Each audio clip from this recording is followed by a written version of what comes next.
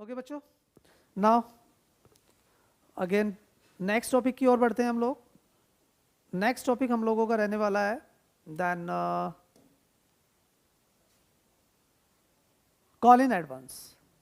Next topic हमारा क्या रहने वाला है? Call in advance.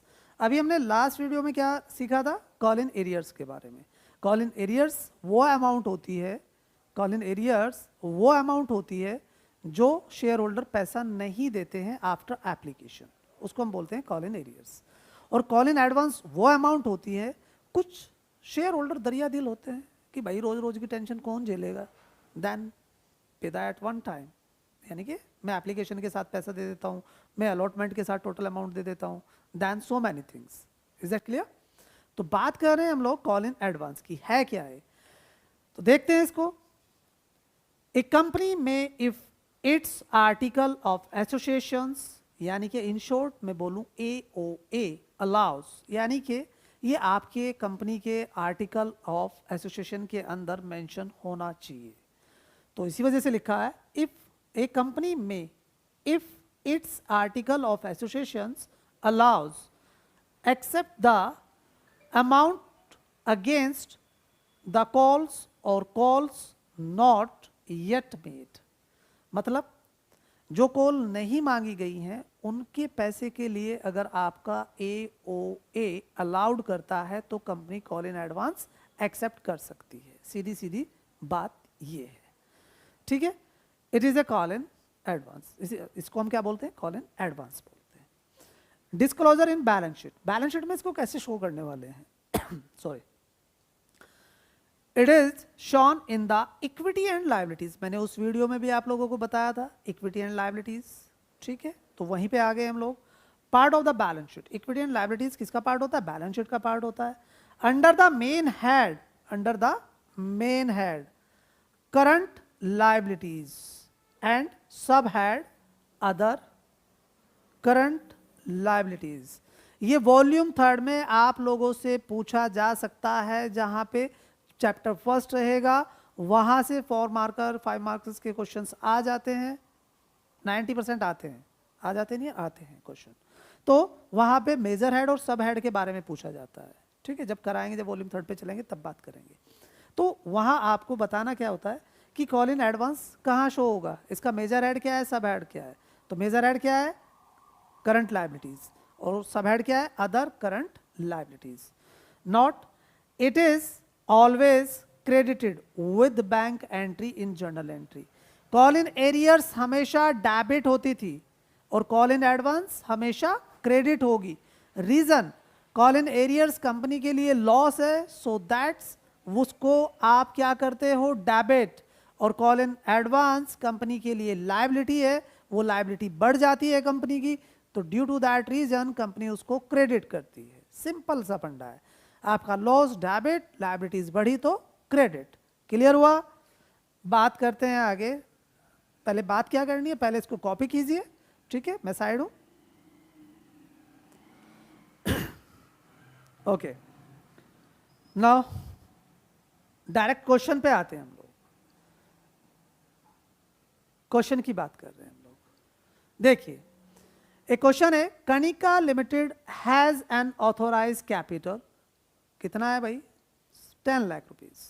The company invited application, the company invited application कितने के लिए? 8000 शेयर्स के लिए। At the rate ₹10 is payable as 3 on application. Application पे 3 है, 3 ऑन अलॉटमेंट है, 2 ऑन फर्स्ट कॉल है और 2 on second and final call है। यानी कि 1 2 3 4। यहां कंपनी ने 2 स्टेप एक साथ मर्ज कर दिए हैं, सेकेंड एंड फाइनल कॉल, यानी कि 4 स्टेप में पैसा मांग रही है। मैंने पहली वीडियो में आपको बताया था कि कंपनी मैक्सिमम 5 स्टेप तक जा सकती है और वो कम कितने भी कर सकती है। क्लियर है? तो वो 4 स्टेप में पैसा मांग रही है। The shares were fully subscribed and the amount was received. सारे के सारे शेयर सब्सक्राइब कर लिए गए हैं, लोगों ने खरीद लिए हैं। Vishal the holder of 500 shares paid the whole amount of the first and second call with the allotment. एक शेयर होल्डर कौन था? विशाल, और उसके पास कितने शेयर थे? 500 शेयर। और उसने पूरा अमाउंट किसके साथ दे दिया, पूरा अमाउंट किसका, फर्स्ट एंड सेकंड कॉल का पूरा अमाउंट किसके साथ दे दिया, विथ अलॉटमेंट, यानी कि ये पूरा पैसा इसके साथ आ गया। ठीक है, देन आगे बढ़ते हैं। ये कौन है, मधुर। मधुर के पास कितने शेयर हैं, 200 शेयर, और वो पे किसके साथ कर रहा है, paid the amount of second call with first call. उसने सेकंड कॉल का पैसा फर्स्ट कॉल के साथ दे दिया। आपको क्या करनी है, पास necessary journal entries in the book of Kanika limited, आपको जर्नल एंट्री पास करनी है। ठीक है, मैंने इसका वर्किंग नोट पहले से तैयार कर रखा है आप लोगों के लिए, बस जर्नल एंट्री का काम बचता है, तो जर्नल एंट्री की बात कर रहे हैं हम लोग। यस, वर्किंग नोट में आते हैं। वर्किंग नोट में सबसे पहले हम देखते हैं इशूड शेयर राइट किया मैंने, एक वर्किंग नोट में आपका लिख दिया कि 8,000 शेयर थे, 10 रुपए का एक था। एप्लीकेशन पे 3, अलॉटमेंट पे 3, फर्स्ट कॉल पर 2 और सेकेंड एंड फाइनल कॉल पे भी 2 रुपए, यानी कि 3,322। क्लियर, टोटल हो गया 10 रुपीज।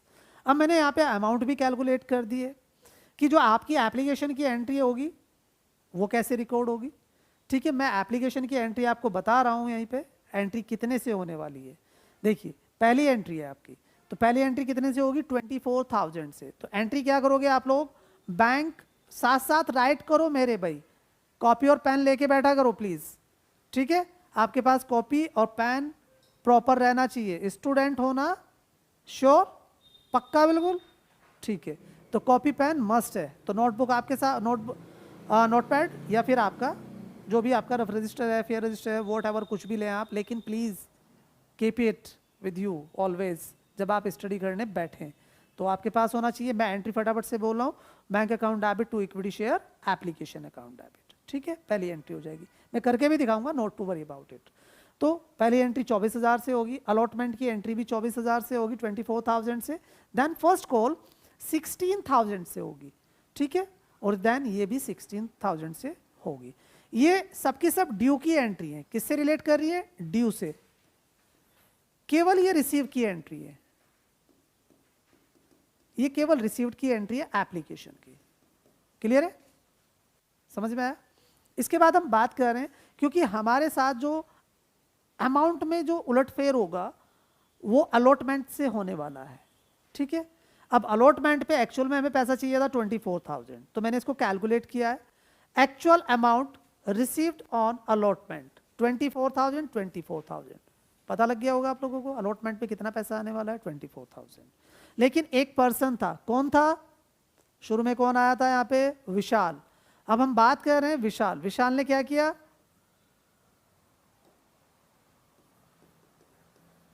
विशाल ने क्या किया, अपने 500 शेयर का पैसा, यानी कि ये पैसा 2 रुपीज, ये 2 रुपीज, ये दोनों पैसे उसने अलॉटमेंट के साथ पे कर दिए।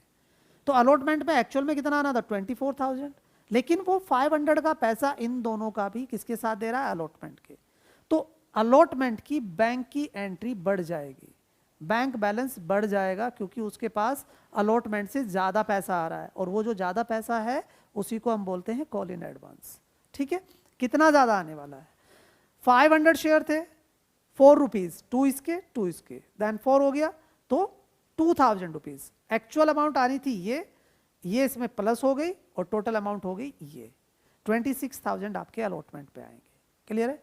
देन फिर मैं बात कर रहा हूं फर्स्ट कॉल की। फर्स्ट कॉल पे क्या है, एक्चुअल अमाउंट कितनी आने वाली है फर्स्ट कॉल पे, 16,000 रुपये। लेकिन मत भूलो विशाल ने ये पैसा यहां दे दिया था, तो विशाल का पैसा फर्स्ट कॉल का काम आएगा। ठीक है, लेकिन एक जो अनदर शेयर होल्डर है मिस्टर मधुर, मधुर ने अपना पैसा, ये मधुर का पैसा है और ये विशाल का है, तो एक्चुअल अमाउंट मिलनी थी 16,000 रुपये, लेकिन मधुर ने सेकंड कॉल का पैसा, ये वाला पैसा यहां दे दिया, तो इसकी अमाउंट बढ़ जाएगी। तो इसकी अमाउंट बढ़ेगी तो कैसे, देखो एक्चुअल अमाउंट 16,000 आनी थी, मधुर ने, हमने प्लस किया, plus call in advance 200 share थे, 2 रुपीज़ की थी आपकी फाइनल कॉल, मल्टीप्लाई की 400 आ गया। देन इन दोनों को हमने ऐड कर दिया, प्लस कर दिया, प्लस करके आ गया 16,400। इसके बाद विशाल था, विशाल के पास 500 शेयर थे, लेकिन उसने फर्स्ट कॉल का पैसा यहाँ दे चुका है। तो अगर मैं किसी चीज़ का एडवांस दे चुका हूँ तो जब मेरा टर्न आएगा मैं क्यों दूंगा भाई? पागल थोड़ी है, दोबारा दोबारा पैसा दोगे। तो विशाल ने भी यही बोला, भाई लोगों हमने पैसा दे दिया है, ठीक है, हमारे पास पैसा नहीं है, हम पहले दे चुके हैं तो हमारा पैसा नहीं आएगा। तो देन 500 इंटू 2 1000 रुपीज़। क्लियर हुआ? तो ये 1000 रुपीज़ आपके माइनस होने वाले हैं। हमने माइनस कर दिया तो एक्चुअल अमाउंट ये आपकी कहाँ जाएगी? फर्स्ट कॉल पे जाएगी, बैंक की एंट्री में। कौन सी एंट्री में जाएगी? बैंक वाली एंट्री में। क्लियर हुआ? इसके बाद आते हैं फाइनल कॉल पे। फाइनल कॉल की एक्चुअल अमाउंट कितनी रिसीव होती है हमें? एक्चुअल में तो हमारे पास 16,000 ही आने वाले थे ना, दैट्स इट।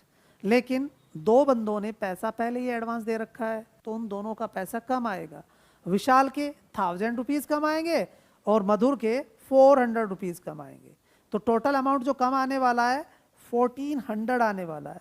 तो हमने 1400 यहाँ से माइनस किया, माइनस करके जो बचा ये आपकी सेकेंड एंड फाइनल कॉल की एंट्री में बैंक में आ जाएगा।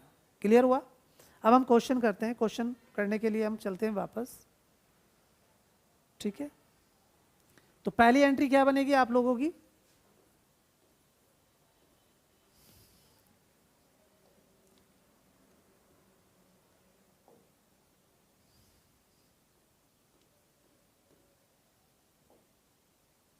पहली एंट्री बनेगी आपकी bank account debit to equity share application account. Narration आप लोगों को पता है, being application money received.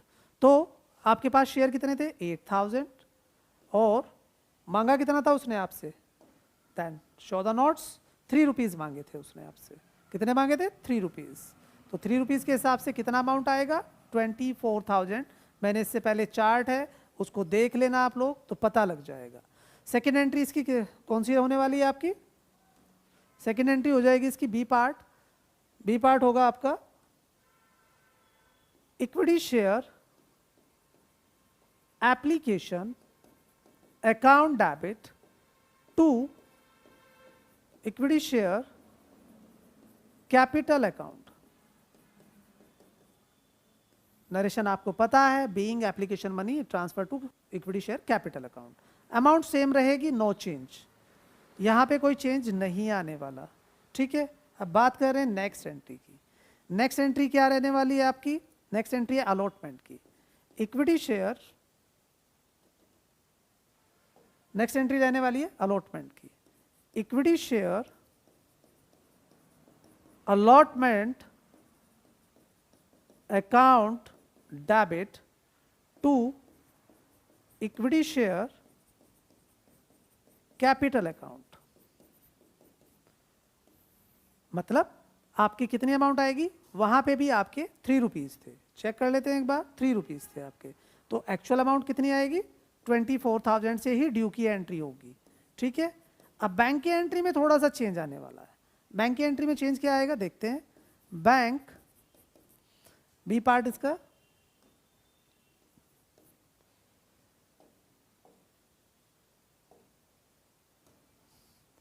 Bank account debit to equity share allotment account to calls in advance account. अब देखिए यहाँ पे कॉल इन एडवांस, जब भी क्वेश्चन में वो आपसे पूछेगा कि भाई open the call in advance account, तब तो मैंडेटरी है ही है, आपको कॉल इन एडवांस शो करना पड़ेगा। अदरवाइज आप इसको नॉर्मली भी अगर शो करते हो तो आपका क्वेश्चन गलत नहीं जाने वाला है, कोई गलत नहीं निकालने वाला है। Is that clear? तो आपकी इच्छा के ऊपर डिपेंड है, क्वेश्चन की विशेष के ऊपर डिपेंड है कि क्वेश्चन आपसे क्या पूछना चाह रहा है। तो according to the question needs you have to follow the all steps.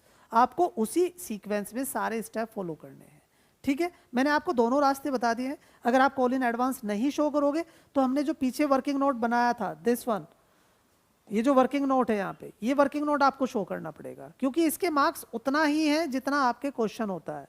ये उतना ही इंपॉर्टेंट है जितना आपका क्वेश्चन है, जितना आपका फेयर सॉल्यूशन है उतना ही वर्किंग नोट का इंपॉर्टेंस है।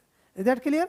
अगर क्वेश्चन के साथ वर्किंग नोट नहीं होगा, नीटेड क्लीन नहीं होगा, तो नॉर्मल सी बात है आपके मार्क्स कट होने वाले हैं। तो प्लीज सही होते होते गलत मत हो जाना। क्लियर है? तो अलॉटमेंट पे एक्चुअल में पैसा कितना आया? 26,000। तो 26,000 की एंट्री हम यहाँ पे बनाएंगे। बैंक में कितना आएगा? 26,000। क्लियर है? अलॉटमेंट का पैसा कितना था? 24,000 और देन 2,000 आपके कॉल इन एडवांस थे। क्लियर है पॉइंट? देन इसके बाद आगे चलते हैं हम लोग। नेक्स्ट आपका रहेगा थर्ड पार्ट इसका, part A, equity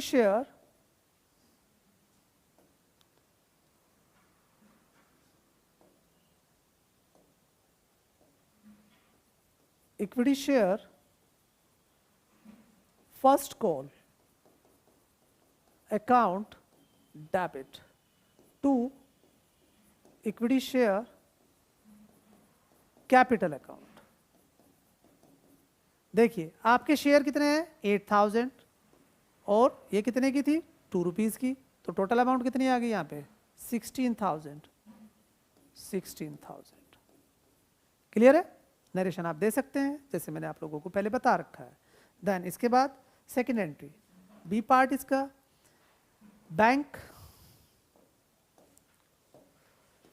bank account debit to equity share first call account और 2 कॉल्स इन एडवांस अकाउंट। देखिए यहाँ पे आपकी फर्स्ट कॉल पे कितना पैसा आने वाला था आपके पास? फर्स्ट कॉल पे 16,000। मिस्टर मधुर ने 400 रुपीज़ आपको एक्स्ट्रा दिए हैं, उसने सेकंड कॉल का पैसा फर्स्ट कॉल के साथ दिया, तो हमने प्लस कर दिया। तो टोटल अमाउंट कितनी आई? 16,400। देन इसके बाद विशाल जो थे, जो फर्स्ट कॉल का पैसा अलॉटमेंट के साथ दे चुके थे, वो पैसा यहाँ से हम माइनस कर देंगे। ठीक है? तो आपका नेट अमाउंट कितना रहेगा? 15,400। ठीक है? तो वो आप 15,400 यहाँ पे रिकॉर्ड कर देंगे। बैंक में कितना आएगा? 15,400। 15,400। ठीक है? कैसे कैसे? इक्विटी शेयर फर्स्ट कॉल पे कितना आने वाला? एडवांस कितना आया था आपके पास? 400।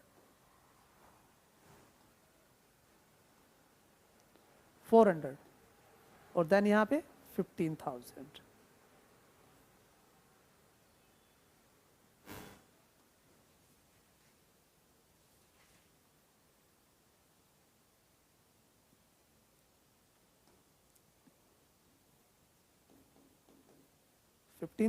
और देन 400। क्लियर है? समझ में आया? क्योंकि फर्स्ट कॉल 16,000 की थी, 1,000 रुपये पहले मिल चुके हैं, तो then you have to show that. ठीक है? 15,000 रुपीज आपको मिले एक्चुअल में फर्स्ट कॉल की। अब नेक्स्ट एंट्री करते हैं इसकी हम लोग, फोर्थ पार्ट। यहां पे राइट करते हैं ड्यू की entry, equity share second and final call account debit to equity share capital account. आपको अमाउंट तो पूरी शो करनी है। कितने से ड्यू करोगे? 16,000 से और देन 16,000 से। लेकिन बैंक में एक्चुअल में कितना आएगा आपके पास? बैंक में एक्चुअल में कितना आने वाला है? बैंक में आएगा, इसका ए पार्ट था, A B part, then bank account debit to equity share second and final call account. वापस वर्किंग नोट पे चलते हैं। लेट्स सी एक्चुअल में actual amount received on second and final call 16,000 रुपये आने थे आपके पास 16,000, उसमें से विशाल का पैसा पहले आ चुका है और मधुर का पैसा पहले आ चुका है, तो टोटल 1400 पैसा पहले आ चुका है आपके पास, तो वो माइनस कर देंगे तो बैंक की एंट्री में डायरेक्टली हम कितना प्लेस कर देंगे 14,600 14,600 14,600 एंट्री आप दे सकते हैं। आई होप आप लोगों को समझ में आया होगा। इन दैट केस आपको फिर भी कोई क्वेरी है तो कमेंट में मेंशन कीजिए, वीडियो को शेयर कीजिए, और इस भीम पाठशाला का जो स्लोगन है उसी के अकॉर्डिंग हम रन कर रहे हैं अपने आप को। और वो स्लोगन क्या था जानते हैं आप लोग या भूल भाल गए आप लोग? पढ़ेगा भारत तो बढ़ेगा भारत, और हमारे भारत आप हो। Is that clear? तो इसलिए इस वीडियो को लाइक करें, सब्सक्राइब करें चैनल को, और जितना हो सकता है अपने फ्रेंड्स को, अपने जो ग्रुप से आपका सर्किल है उसमें इसको शेयर करें प्लीज़। जय हिंद, जय भारत, जय भारती।